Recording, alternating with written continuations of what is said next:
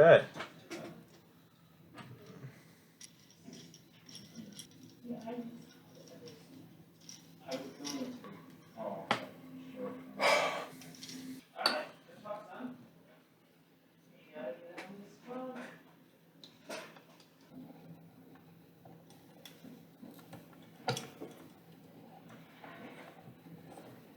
Hmm.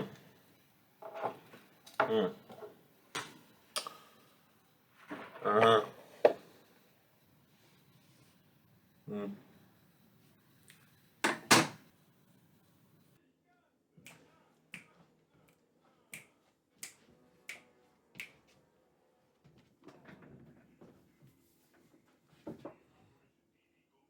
Fuck.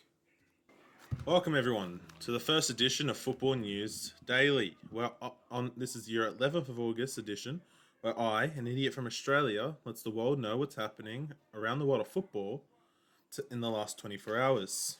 The first round of Europa League quarterfinals were played this morning at 5 a.m.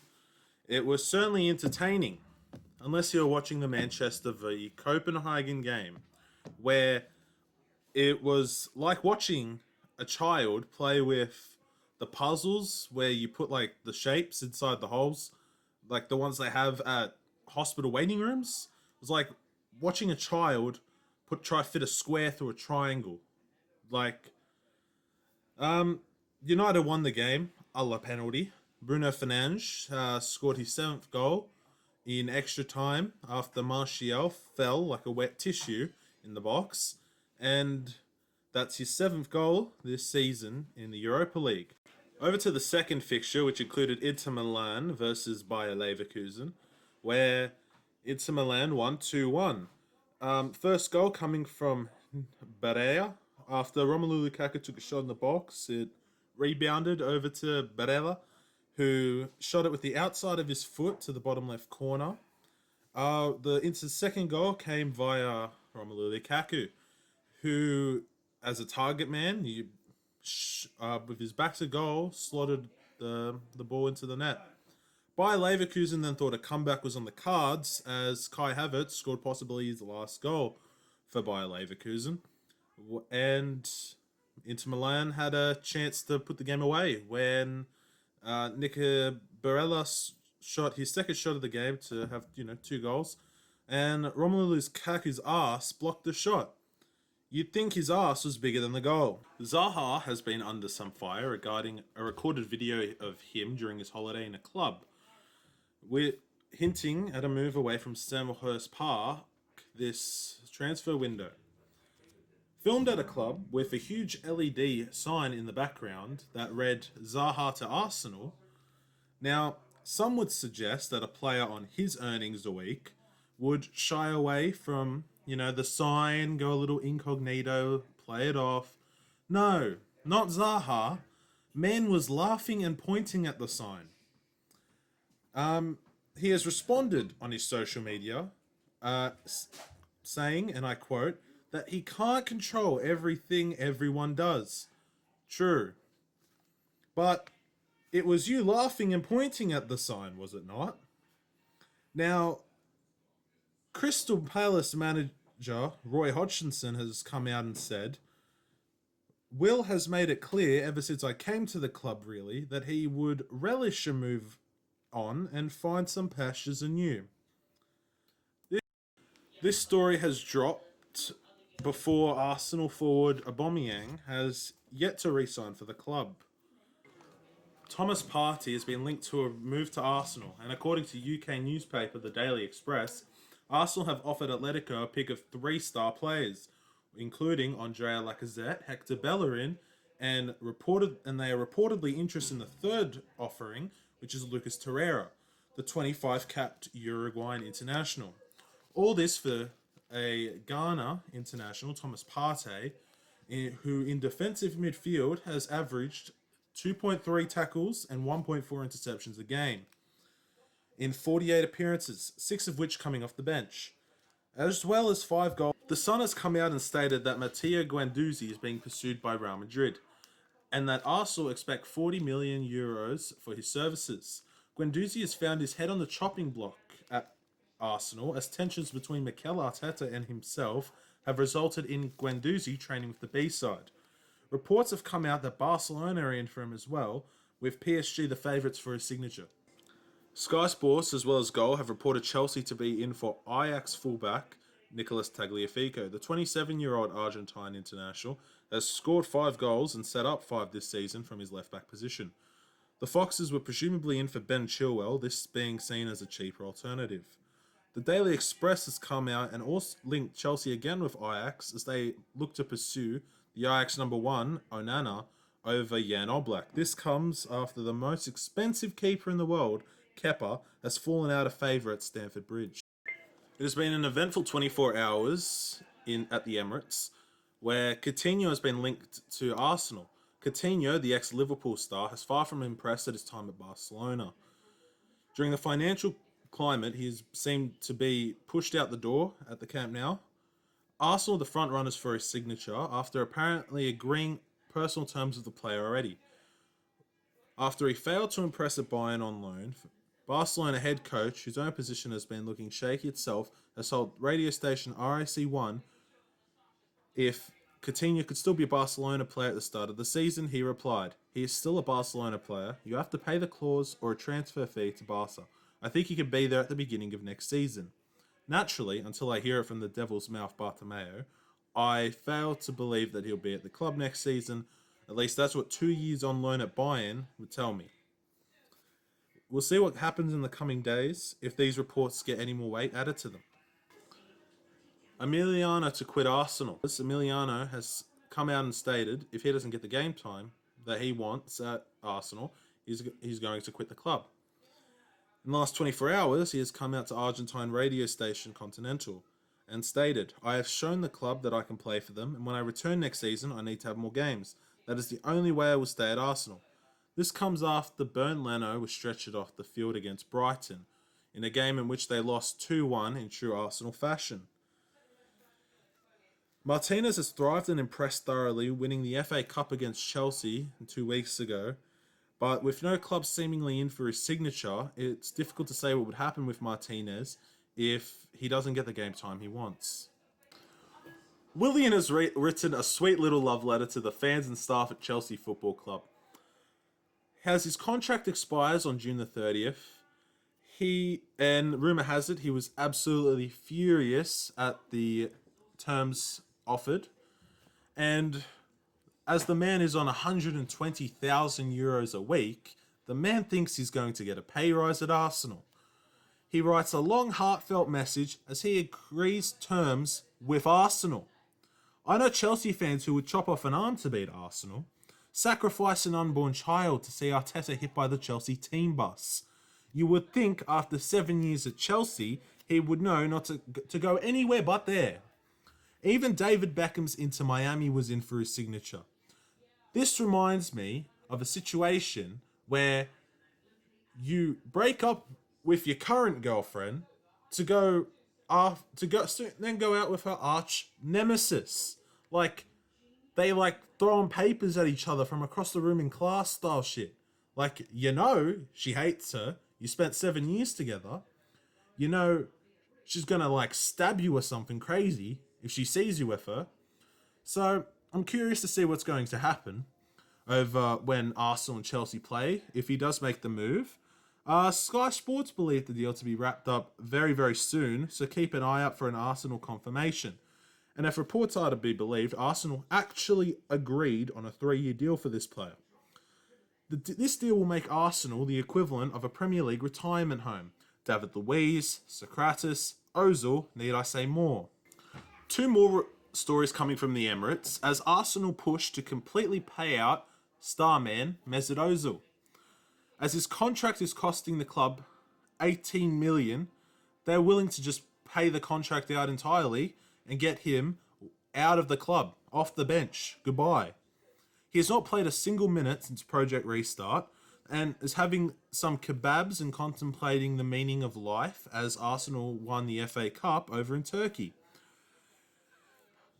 This comes as, like Bale, Ozil seems comfortable sitting at home and playing with himself as he continues to earn that pay.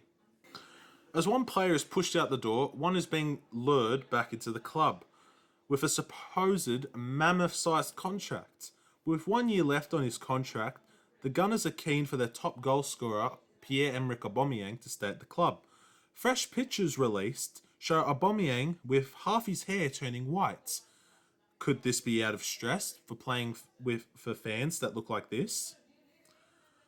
Or this coming 8th in the season? But if you look carefully, his hair is also turning red. Man must be having a midlife crisis. Some Ranger Super Saiyan style shit, yeah? In all seriousness, he looks happy at the Emirates, so I think he'll stay. Villarreal have confirmed the loaning of promising young winger, Real Madrid youngster, Takefusa Kubo. Where if he has impressed at his time at Real Mallorca, after a relegated season, he stood out with 4 goals, 4 assists in 35 games for the club. He is now they have confirmed he is being loaned in at Villarreal, paying a fee of 2 million euros, with no buy after loan offer, naturally. And Villarreal have come out with a statement regarding the player. Kubo is a young midfielder who has excellent ball control and stands out for his extraordinary ability to beat opponents as well as his excellent reading of the game. Clearly, Villarreal are getting very excited for the start of the season to see this man play. And if you're a Villarreal supporter, I'd be excited too. This is a kid who impressed in last season's pre-season tournament before all the world went to shit. And I think he has a bright future ahead of him. So if you're a Villarreal supporter, let me know what you think about this deal. Another confirmed transfer over the course of 24 hours comes from the capital of Italy as AS Roma confirm their signing of Pedro, the 65-cap Spanish international whose contract is now expired after their embarrassing defeat to Bayern Munich. He has put pen to paper on a 2-year deal in the capital of Italy where he will make an estimated 3 million euros over each year. Angel Gomez, a talented young prospect in football, has now signed for Lille in Ligue 1 after refusing to re-sign with Manchester United last month. Though I say he has signed for Lille, what I really mean to say is that they've thrown his ass out to Boa Vista in Portugal fucking immediately. The England under-20 national has family in Portugal, so that's a plus. He has had 10 caps for United since May of 2017. At 19, he has plenty of time to forge the career he wants to have. Let me know what you think about this move in the comments. Liverpool have officially signed Kostas Tsimikas from Olympiacos.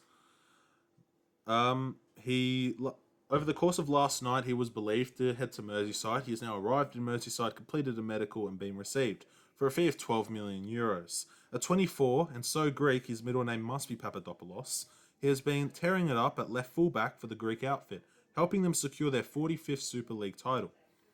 The interest in the defender comes after talks with relegated Norwich broke down for Jamal Lewis as backup for Andy Robertson, with Norwich placing a 20 million euro valuation, where Liverpool believed his value stands at 10 million euros. All's been wrapped up, so Liverpool have their first signing of this transfer window. An understudy to Andrew Robertson in the upcoming season to see if they can hold on to their title. Dean Henderson has been a fine shot stopper at Sheffield United, now becoming disgruntled at his apparent evaluation over at Manchester, with Dean Henderson believing he should be the number 1 keeper at Old Trafford. Which, to be fair to Henderson, De Gea has looked as comfortable between the sticks as Amy Schumer does on a treadmill. But United believe another season at Bramall Lane will do the player worlds of good, and they believe if they can offer him a new contract to persuade him that he has a future at United and that he's soon going to be the number 1 keeper at, United. De Gea didn't start this morning against Copenhagen, with that spot going to Romero, who has been the cup goalkeeper. So interesting to see what's going to happen regarding this, as he is yet to extend his contract yet, and depending on how this goes, we'll see whether he officially accepts the contract renegotiation. Ethan Ampadu spent last season on loan at RB Leipzig, but you wouldn't be surprised if Julian Nagelsmann came out and said he was brought in to be some kind of human cushion or some expressionist artwork on their bench. With a staggering 6 appearances for the club over the course of the season, the man's afro dreads had fallen out. Not to mention, when he wasn't on the bench, he was suffering back problems. Newly promoted Fulham are looking to loan him in for the season, seemingly have learnt now that you can't buy your way into mid-table. Also in the race for Ampadu is freshly relegated Norwich, who finished dead last in the Prem, clearly opting to strengthen their backline for a return next season. Barcelona to tempt Silva. Reports out of the Daily Telegraph suggest Bernardo Silva is now a target at Barcelona, possibly seen as the replacement for Messi if he refuses to sign a new contract, willing to offer a cash plus player deal with Semedo going the other way. Are they absolutely fucking clapped? Barcelona transfers make zero. They make 0 sense to me. And if this is to be believed, another attacker. Are they planning to play these men in defense? They have 6 wingers who can play out on the right or left. They have Ansu Fati. They have Messi. They have Griezmann. They have Ousmane Dembele. They have Coutinho. So, another winger, and they're already in for Lautaro Martinez. So, that'd be like 7 players, plus Suarez. You have 8 attackers, and like 4 midfielders. And they sent Arthur out the door for 10 million to just scrape some cash, apparently. So, I'm starting to think you can just chuck all their attackers in a blender and solve world hunger. Now, and including in this deal, they want to get rid of their first choice right back. This makes perfect sense. Perfect sense. No, but for real, someone needs to grab Barcelona president Bartomeu and put him in a drug rehabilitation clinic. Because this is absolutely fucking retarded. The biggest story today is that Manchester United have failed to get their man, Jadon Sancho. Dortmund were adamant that Jadon was to be sold before the 10th of August. They set a deadline. They said he had to be gone before preseason training started. Now, well, it's 11th of August. Preseason has started for Dortmund. So during these COVID times, it looked like United were the only club able to pay the fee that Dortmund were putting out. And if statements are to believe, this marks the end to a year-long saga involving the two clubs. With Ole Gunnar Solskjaer desperately wanting this deal to have gone through, he was pleading to the board to get the deal done, and without reinforcement, Manchester United they're just going to fall off this season, because you see City, Liverpool, and Chelsea especially making signings. So, and this comes after Twitter was set on a frenzy 2 days ago as Sancho was seen in England at a house party with high-profile United fans. I believe it was 2 rappers.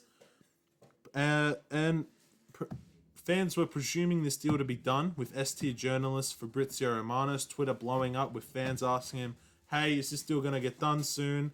He had no idea. He said they were still in talks. Despite all of this, former Manchester United midfielder Owen Hargreaves claims Dortmund are bluffing United and that he will be a Red Devil in a very short amount of time. To see his full opinion on the situation, I'll link the segment. Many around the world of football believe a lower fee should be agreed in the current climate. Dortmund seem to be set on a €102 million initial fee, eventually rising to 120 mil in installments. But United are apparently not willing to go higher than 90 million euros. I'm sure there'll be more news tomorrow, because there's been news every day regarding the Sancho deal, as if when this deal gets done, it'll be United's record transfer fee with included installment payments, breaking Paul Pogba's record transfer fee. Thank you all for tuning in to Football News Daily. It takes time to get these videos up, it